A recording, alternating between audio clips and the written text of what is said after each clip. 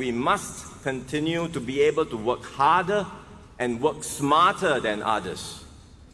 We must always have that something special that convinces the world that we are a better bet than most, and Singapore can always be relied upon to deliver. The rules of trade are changing.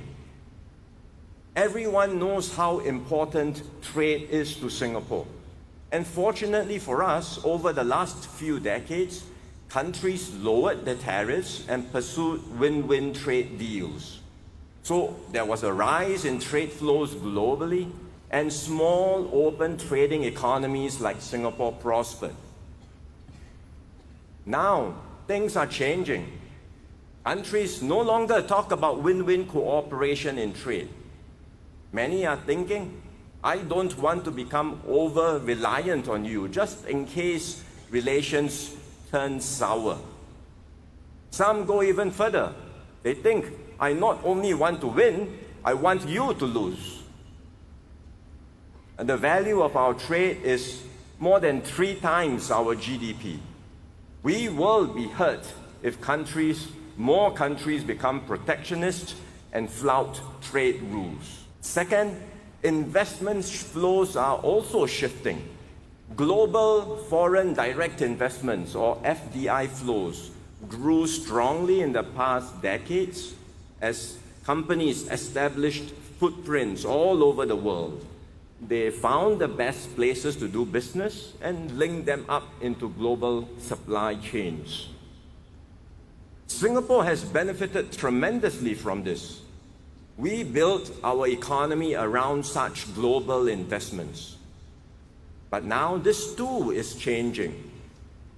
Geopolitics is rechanneling FDI flows, and countries talk about nearshoring or friendshoring. And basically it means countries are putting their factories and critical supplies closer to them or in friendly countries they trust.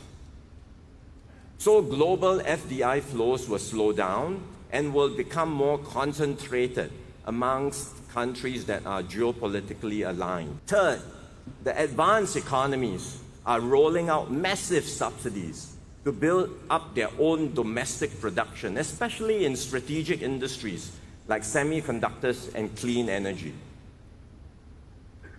There is considerable irony in this, because not so long ago, these very same countries were complaining about what they call harmful tax competition, that governments around the world were undercutting one another with more and more generous tax incentives.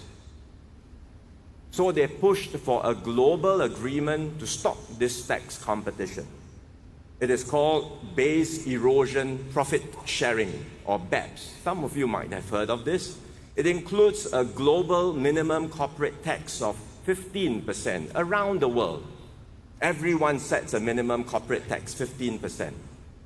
But before this can be implemented, the major economies, US, EU, and China, for example, are already rolling out huge subsidies for key projects and investments. Now, if you think about this, tax incentives and subsidies are all public funds. So it's highly inconsistent to say tax incentives cannot do, but subsidies, yes, let's do more. What's the logic? Unfortunately, we are now in a world where rules are shaped not by logic or principles, but by geopolitics and security imperatives. And Singapore is already feeling the impact. Because when we talk to MNCs here about raising our effective corporate tax rate to 15%, they tell us, yes, we understand, this is happening worldwide. Singapore's incentives used to be best in class, but if your tax rates go up, then Singapore will become less competitive compared to other places. Besides, my home jurisdiction is offering such large subsidies for my next investment. So please tell me what Singapore can offer to persuade my HQ to locate the next investment project here. It's logical for them to say this, right? Because if back home their governments are offering such large subsidies, they will certainly ask us, please match If not, why should I put my next investment project here? So what this means is that competition will be much tougher. I hope all our union leaders understand this and help to explain this to your members. The major economies are mobilizing very large sums of money to build their own strategic industries. Let me just give you one example.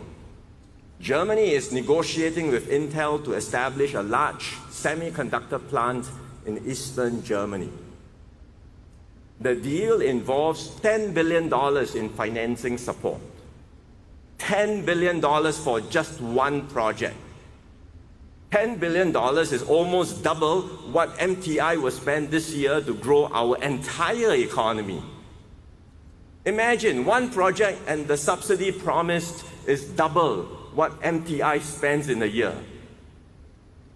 Can we afford to outbid the big boys? Not just the Germans, but also the Europeans, the Americans, the Chinese, the Japanese. Outbid all of them for the investments we want? Some politicians go around telling Singaporeans, don't worry, raise corporate tax rates to 15%, you will have lots of revenue, and anyway, we also have lots of reserves, so we can merrily spend more. Unfortunately, they don't understand the magnitude of the challenges we face. So let me tell you plainly, we cannot afford to outbid the big boys just to get the MNCs to invest here. We won't have enough money to match the competition. But what we must have enough of are ingenuity and innovation, guts and gumption.